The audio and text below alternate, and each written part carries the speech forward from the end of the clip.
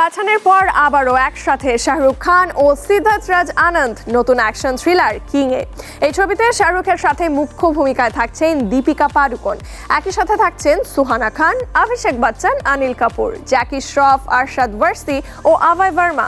আর এবার খোঁজ পাওয়া গেল এই চোখ ধাঁধানো ছবির কাস্টিং এ রয়েছে আরও এক নয়া চমক।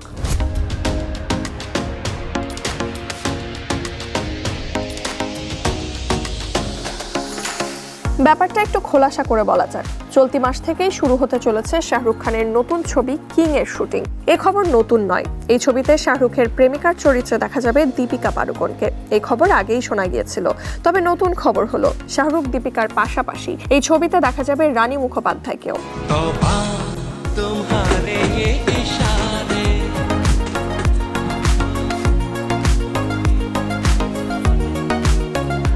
বলিউড সূত্র থেকে পাওয়া খবর অনুযায়ী শাহরুখের কিং ছবিতে সুহানার মায়ের চরিত্রে অভিনয় করবেন রানী। জানা গিয়েছে শাহরুখের তরফে প্রস্তাব যাওয়ার পর খুব বেশি ভাবনা চিন্তার সময়ই নেননি রানী। চিত্রনাট্য শোনার পরই জানিয়ে দিয়েছিলেন তিনি এই ছবিতে কাজ করতে রাজি। আর এই খবর সত্য হলে দীর্ঘ ১৯ বছর পর শাহরুখের সাথে দেখা যাবে রানীকে। তবে এই খবর রটে গেলেও কিং ছবির টিমের পক্ষ থেকে কোনো মন্তব্য পাওয়া যায়নি।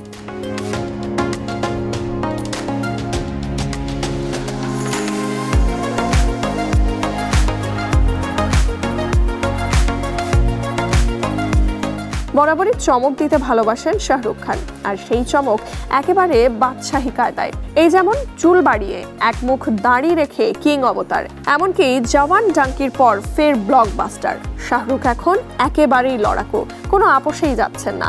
আর তাই তো হঠাৎ করেই ছবির পরিচালক সুজয় ঘোষের বদলে সিদ্ধার্থ আনন্দ, হ্যাঁ, মেয়ে সুহানাকে নিয়ে পর্দায় আসার ব্যাপারে কোমরে দড়ি আরো শক্ত করে বাঁধছেন শাহরুখ। কেননা শাহরুখ তার এই কিং ছবির জন্য রেকর্ড বাজেট ধরেছেন, আর তাই ছবিতে চমক দিতে একটা সুযোগও মিস করছেন না বলিউড বাদশা। শাহরুখ রানী জুটির কভি আলবিদা না কেহনা ছবিটি মুক্তি পেয়েছিল ২০০৬ সালে। তার আগে ২০০৫ সালে পহলি এবং ২০০৩ সালে মুক্তি পেয়েছিল চলতে চলতে, কুছ কুছ হোতা হ্যায়, কভি খুশি কভি গম ছবিতে কাজ করেছেন তারা। তবে এই দুটি ছবিতে রানীর সাথে শাহরুখের রোম্যান্স পায়নি প্রত্যাশিত মাত্রা। এবার কি ঘটতে চলেছে তা নিয়ে চলছে আগ্রহের পারদ।